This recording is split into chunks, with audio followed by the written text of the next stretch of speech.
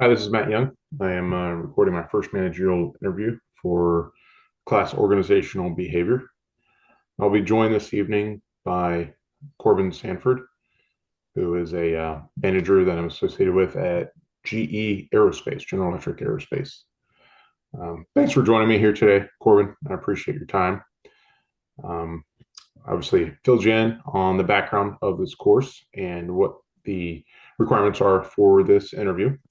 So I just want to go ahead and ask you some questions related to your managerial style and how you relate with those who you work with. So first and foremost, just kick it over to you. See if you'd like to do an introduction, just kind of, what's your current role, the organization, how long you've been there, what led you to that. Yeah, thanks. So Corbin Sanford, I am the DLA program manager, so that's Defense Logistics Agency, program manager at GE Aerospace in our military division.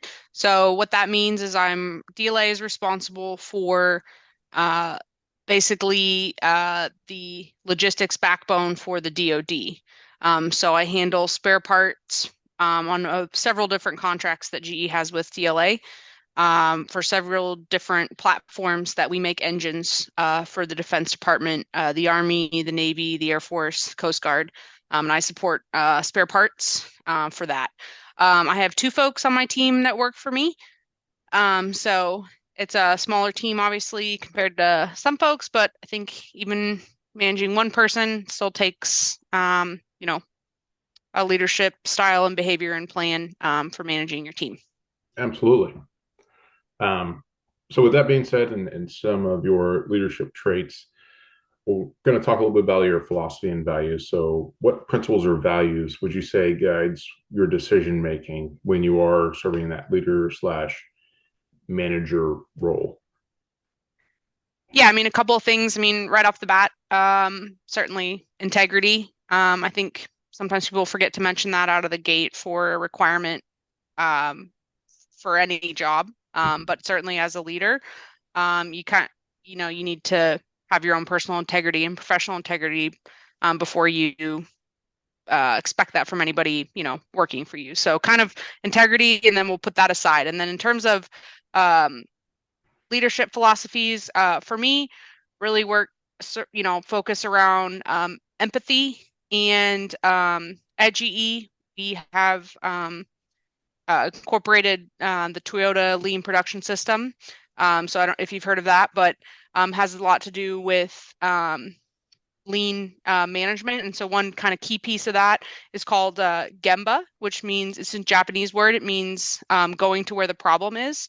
So my leadership philosophy circles around empathy. So understanding where the folks that work for me, where they're at, where they're coming from, what their headspace is, what's going on in their personal lives, as much as that affects their life or how much they want, me to be a part of it. And then going to Gemba, meaning going to where they're doing the work that I'm asking them to do and understanding, how much time that work takes, how difficult it is, what it requires from other teammates on, throughout the company. Um, so with those two pieces of data, I'm really able to both understand where folks are coming from, set clear requirements for them, and know what I'm asking for them to do, whether that's a 1 minute ask or a 3 hour ask or a 2 week ask.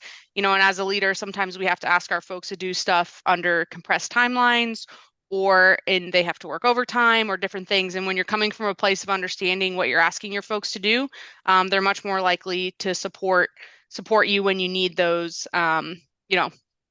extra push from the team. So to summarize, integrity, kind of a given, but it's important to point it out. But integrity, empathy, and going to Gemba, meaning understanding where your folks are at and how the work is done that you're asking them to do. Awesome. So, how long have you been with GE then?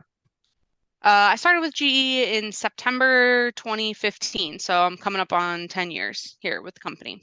Okay. So, with that being said, and you kind of discussed some of these points already with, the empathy and making sure that you have the integrity. Um, how would you describe your leadership style? How has that evolved? And then what kind of strategies do you use to adapt your leadership approach based on the team that you're working with? Yeah, so I think like throughout my career, because I was in the military before I was at GE, and throughout your career, I think when you are younger and you're kind of starting out, there's a lot of like nerves and a tendency to be over involved with your folks, micromanaging, if you will. And I think as you grow your leadership style, you learn how to trust people, how to recognize whether someone's ready for your trust. I don't mean trust from an integrity perspective, meaning like trust from a, is this person capable of the work I'm asking them to do, right? So Okay. as Yeah. you grow, for me, it's been a lot of being less like checking and more, spending that time learning where folks are at and knowing what they're capable of and knowing when to step in and when to let folks, either fail in a good way, meaning fail to learn, or Yeah. let them give it a go because I want them to feel confident that they're capable of, whatever work I'm asking them to do without me constantly breathing down their neck. So for me personally, it's been just a growth in that place and understanding the amount of time you need to give folks depending on what you're asking them to do. Is it a day? Is it a week? And understanding that and being comfortable with your decisions around trust and relationship management with your team. Okay. So with that being said, and you talked a lot in there in that about identifying essentially what sounds like the capabilities of your team members and what they're capable of performing and the level they're capable of performing to. So if you identify someone that has additional capabilities and growth potential, how do you identify that and how do you develop leadership potential within members that are on your team? Yes, I mean, from an identifying perspective, that goes back to, in my opinion, going to Gemba. So it's not about being with someone every single day of what they're doing, right? It's about being there on a recurring basis, knowing what the work they have to do and knowing whether folks are capable.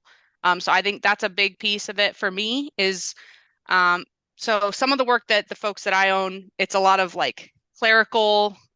We submit proposals to DLA in a system. It's an internet system, as you would for proposals to contracts for the government. Sure. Um, there's a lot of different, we have a standard work and a process that the team follows. But there are some trip ups and things you need to pay attention to. So for me, I make sure to do at least once a month to go through and submit one of these proposals myself. It's not necessarily part of my work on a day-to-day basis because my two direct reports handle that, but I want to make sure and stay current so that I understand and I'm up with if there's changes and I'm making sure that I understand the workload that they have. And I apologize, I forgot the second half of your question. Oh, so it was if you identify the members of your team, how do you develop their leadership potential if you identify that they have that growth opportunity? Yeah, sorry about that. Yep. So, um, I think for me, it's kind of funny. I had different levels of folks and different things in the military. This is my first people leader role at GE. I have two folks, and they're basically at two ends of the spectrum. I got one person who's, super motivated, wants to move up in the company, and I got another person who has been on a performance improvement plan before, if you're familiar in Mhm. industry, a PIP, Yeah. and is kind of like really tough to motivate.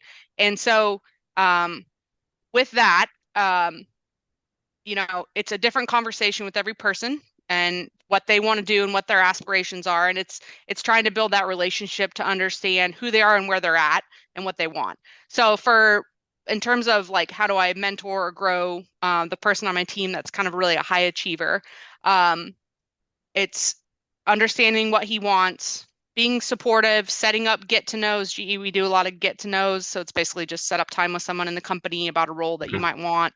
Uh, Facilitating that, facilitating classes that he can take, being supportive of, and taking the time to be like, hey, I found this course. I think you should sign up. And then approving that course because, obviously it costs money. Yeah. And being supportive for that, going to bat for your folks. And then also with that, giving constructive feedback, which I know is kind of parroted and people talk about it a lot, and it's hard. Really, at the end of the day, it's hard to tell someone like you didn't handle this situation well on video or in person. But as a leader, if you want to lead people, you have to do it. And so for me, it's been, you know, having those real conversations like, hey, you did a great job, but I really think you need to work on this. And then putting together a plan with them about how they can reach milestones to get there or get where they want to be. Um, as far as like managing somebody who's maybe not like super motivated or, for this particular person, kind of towards the end of their career, which again, I'm not implying age means Right. that someone isn't motivated, but they're kind of just skating and that's kind of where they're at. So it's being very clear with that person, it's a different motivation, right? So being clear with that person, these are the requirements of the role. Understand you're not wanting to move up at the company, but I need you to do these very specific things and understanding where that person's at and being like, here's what you need to do and what I require of you for this role. Again, it goes back to knowing your people, knowing what they want, knowing who they are, and setting clear expectations for them depending on what they want from their career. Okay.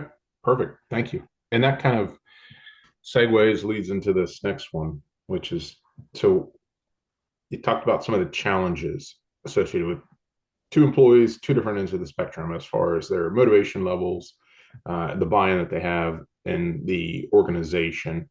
Um, what's been a significant leadership challenge that you may have faced, and what did you learn from that? Um, so I'll actually speak more towards in this role with my one person who's super motivated. He's actually, uh, you know, sent a couple of emails to the customer that were a little like, again, not like inappropriate and that you're getting fired or things like that. But like the wording is not really in a way that, if he wants to go to the next level, you Okay. have to handle a customer in a certain way. Yeah. And I think for me, and we have good rapport. I'm still a reservist in the military. He's a reservist in the military, so we have that like, kind of Okay. personal connection. Sure. But I think for me, you know, the biggest challenge has been having those conversations that are like, because again, he like really wants to do really, really well.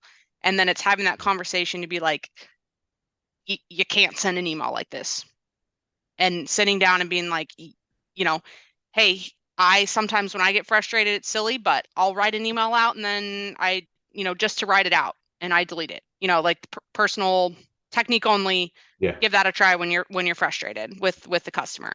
And he's had the same kind of issues with interpersonal conversations with folks like within the team, within GE, not with my team, but with other peers.